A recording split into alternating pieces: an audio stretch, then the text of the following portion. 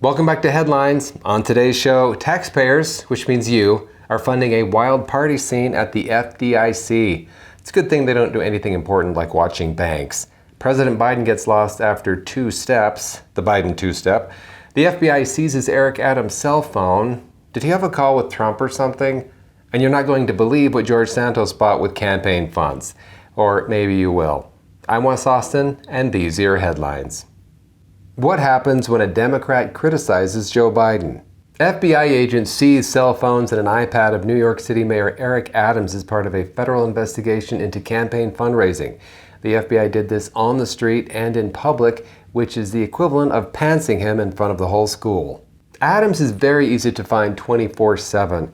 Now, while a public seizure is uncommon in this situation, it's not unheard of when the administration wants to maximize the likelihood that the subject soils themselves. The agents stopped him on the street, asked his NYPD security detail to step aside, and then they climbed into Adams' city-issued SUV and presented him with a warrant to seize his electronic devices.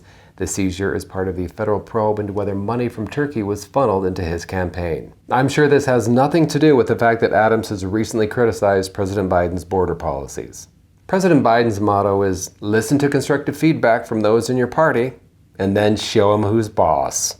For Eric Adams, the worst part of losing his phone will be not having his OnlyFans login.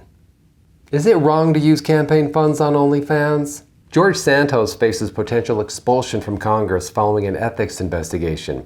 A report from the House Ethics Committee revealed misuse of campaign funds for personal expenses that included paying down a personal credit card bill, purchases at OnlyFans, Sephora, Atlantic City, and a spa that does Botox, microneedling, and facials. Campaign funds? Oh, I thought those were champagne funds. Easy mistake. With all that Botox, Santos will have the ultimate poker face. He'll be able to face any scandal without raising an eyebrow, literally. I thought his eyebrows looked filled in. He should have brushed them out a little more. You can't blame him for that Sephora stuff. He was a beauty insider there, and with a few more purchases, he was going to hit Rouge status. The FDIC, booze, banks, and bad behavior. The Wall Street Journal uncovered a pervasive party culture within the FDIC, which stands for Frequent Debauchery, Indecency, and Cocktails, apparently. The party culture included visiting strip clubs, sharing lewd photos, and heavy drinking during work hours. That sounds like one weekend with the Pelosi's. Climbing the corporate ladder there meant navigating through vomit in the elevator at their own hotel in Virginia, which was described as Party Central. It's a good thing that the FDIC doesn't have any important functions like making sure banks follow certain safety and soundness standards. You remember Silicon Valley Bank, for example. Now, some are saying that the FDIC was asleep at the wheel, but in their defense, it's hard to watch the banks when you're urinating off the roof. Their new employee orientation probably goes something like this. Welcome to the agency. Here's your desk, your computer, and a stack of singles for that strip club downstairs. Stay away from Diamond, she's got an STD. The FDIC, proving that what happens in Vegas can also happen in a federal agency.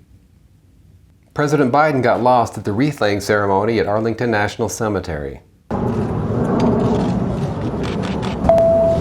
Recalculating. Recalculating.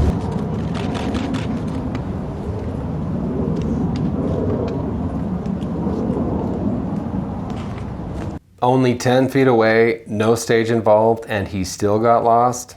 I'm so glad he's in the White House.